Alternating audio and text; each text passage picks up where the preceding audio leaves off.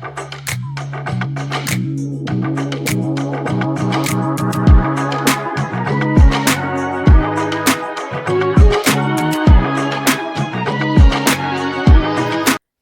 and welcome. My name's Sam and this is the Little Greenhouse Creates. Thank you for joining me today and I hope you had a wonderful Christmas. So this is the lull between Christmas and New Year. It's always the way when things go quiet. So I've been clearing away my desk and I was left with loads of Christmas paper, bits of Christmas paper. So not really big huge pieces that I could use for you know, making a full Christmas card. I was left with all these little tiny pieces and I was thinking, well, excuse me, what could I do? So I fiddled around with a mail version and this is what we're going to do. So for the Monday, Wednesday and Friday, we are going to use our small pieces of Christmas paper before we put it all away for Christmas, turn them into a few Christmas cards so we're on a good footing for later in the year. So this is the card we're going to create. It's called it's like a rainbow effect. You can have the card this way or that way, but particularly for this card, I've kept it at portrait. So what do we need? Oh, excuse me. So I have got a sentiment, which is Merry Christmas. I have a piece of paper to do a punch out. I have, so this is Secret C, measuring 8 inches by 5 3/4, and I have scored it at the 4-inch mark, and I'm now burnishing with my bone folder. As usual, most of the work is going to happen on this piece of white paper. I've dug through my scraps and I've pulled out this designer series paper. I can't think for the life of me what it's called, but I will find out and I will tag it in my supplies. So let's have a look. So I've gone for, not that one. So 1 inch is my main size. So 1 inch for this particular card. See what else I've got.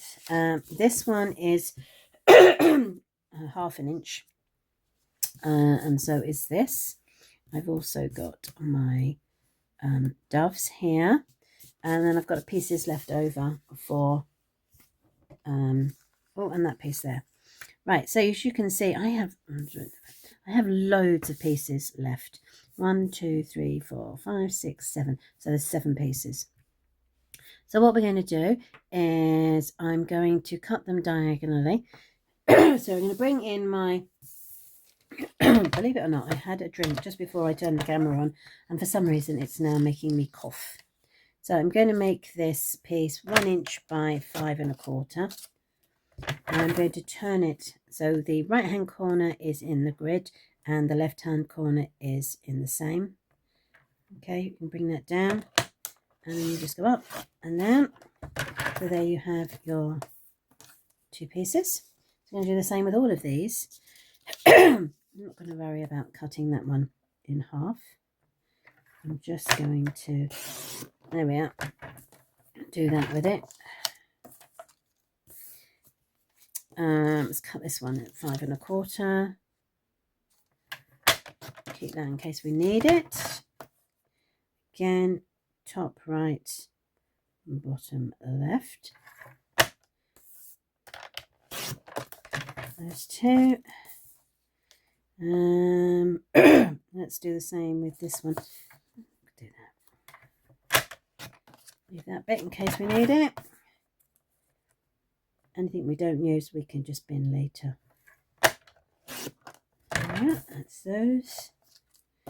Same with this one. Use that one again, definitely. So as you can see, it's quite a quick card to oh gosh, to create. Now this is quite thin, so let's see how we do. There we go. Look at that. We can still do it, so that's good. And then we do the same with that one. Now obviously, if you don't have 1 inch pieces, you can use smaller inches and just use more of them. Right, so let's bring in my piece of white. So what I'm going to do is I'm going to use my Stampin' Seal. I'm going to, on the top of my card, which is unusual for me, I am going to run my Stampin' Seal across the top, and then I'm just going to put a couple of strips down the middle. There we go. There we go. Right, so let's have a look. We want them to be, so let's try this. I'm going to go thick at the top like that. Okay, let's see if we can do a pattern. So we've got my doves, we've got brown, I've got that one. I have to be careful because some of these, so these doves will be too small. So what I'm going to do is I'm going to turn those doves over. So that dove is the right way. That dove is the wrong way. So let's check what this one is. That's the right way dove. That's the wrong way dove. Okay, so we can actually go ahead and use these pieces. Right, so there's one piece. So let's have a look. Let's try this blue. So it's up to you where you put it, top and bottom. Just keep it close to its, jotted up to its side. Which one's that one? That's that one. Okay, so we can, now if you do this, you'll see what I'm going to do in a minute. I'm going to cut the bottom off, and then you'll see we can reuse it. You've used that bit. Let's try that bit. And that can go up there. Let's bring a brown piece in, shall we? There we go. And then the blue.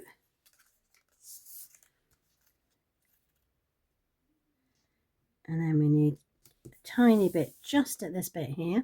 So I'm going to, excuse me, what I'm going to do is I'm going to bring in my scissors, and I'm just going to chop off a bit like that, because what we'll do is we'll use that tiny bit to go into there. Oh, she says into there. So as long as there's some glue on it. No, there isn't, so let's make sure we can put some glue on there.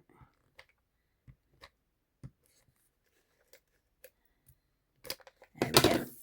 That's better. So we can pop that just there to keep that in. Let's just make sure we've got some glue here as well. There we go. Okay, so what we're going to do now is we're going to take this piece and we're going to add it to there. Now this is my dove the wrong way round, so let's have a look what I've got.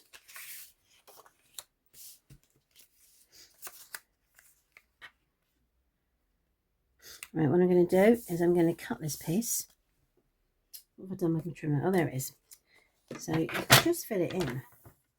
That's, yeah, that'll do. So let's cut it in half. There we go. And what we can do is we can add that to there. It's not quite long enough, is it? Let's see if we can make it to as long. Oh, look at that. No, still not long enough. Okay, let's see if we can find another piece. Right, we want a 1-inch piece. There we go. So it's got to be around about 5 inches long. There we go. And let's cut that in half. There we go. So we've got that piece now. Now we can add a look at that. There we go. Quite simple. So that's that one. So then the next one we need is this one. So that goes to there. Then we'll bring the brown one in.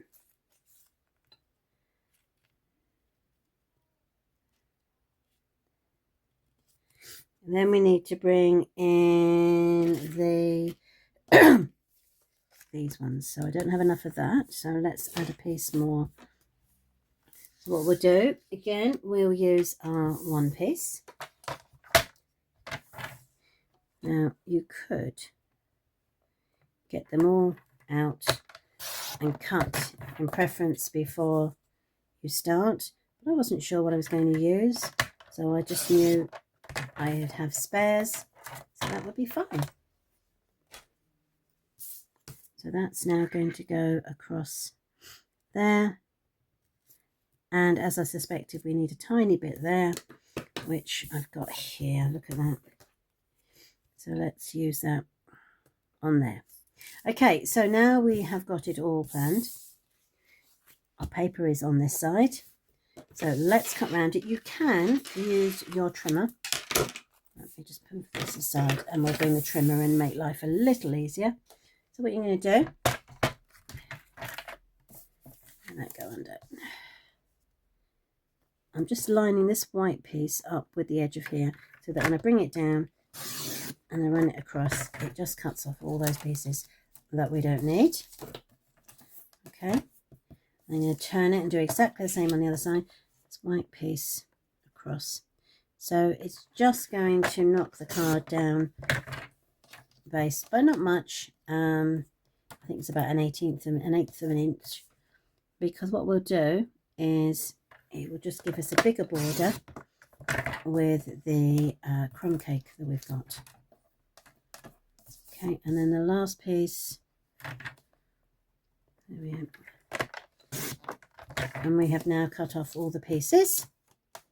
Let's turn it around, and then we have this wonderful pattern here. That will then go on my hidden it under all the pieces.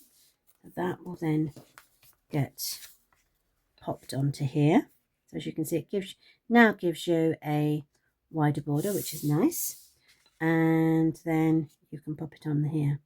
So basically what I've done here. And then we've got our Merry Christmas. So let's, before we stick that down, let's do the Merry Christmas. I'm going to do it in the Secret C, which I've forgotten to bring with me. So let's do that. There's a Secret C. Oh, come on. That's better. I'll do. Ink up the Merry Christmas. Pop it down like that. Close it up so I don't put my hand in it. I have two circle punches, one that is 2 1/4 and one is 2 3/8. I would say to you, just use a punch that matches your sentiment. One is longer than the other, slightly bigger than the other. So this is now going to go straight in the middle and cut out that piece, and then that will go over there.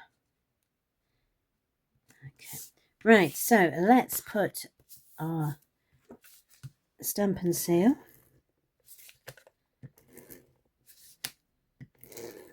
down the edges. There we are. Put that over the hole. So you've got the hole on the outside, nobody will see it. That then gets laid onto our card base. So again, we're just going to add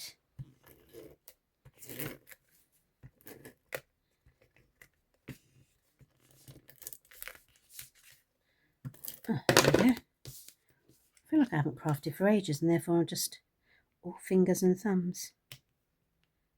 But it's not true. Right, so let's now put that one on there. This one I've cut the edge off. This one, because it is so big, I'm not going to. Only thing I need to decide is whether I am going to cut it, or post it like that, which I might do, or do I turn it that way and do it that way? It's difficult, isn't it? I think I'm going to go for this side. I'm going to put it on dimensionals. You know me, never the same card twice. Oh, hello, piece of washi tape. 1, 2, 3. And of course, by the time I look at it next year, I'll never remember which way it was meant to have gone. I'll just look at it and go, oh yeah, that's a nice card. There we go. Right, so then that will go onto there. I'm going to bring in my bling, she says. What bling have I got? Let's have a look. So I've got my antique pearls. I would suggest bring in anything you have got. Metallic gems, that one. Let's use the metallic gems. Use whatever gems you've got available. This is all about using up what we've got before we go on to brand new stock, which arrives very soon. So let's have a look. What colour should we use? I think I'm going to use these ones. Yeah, so let's go one there and then one either side.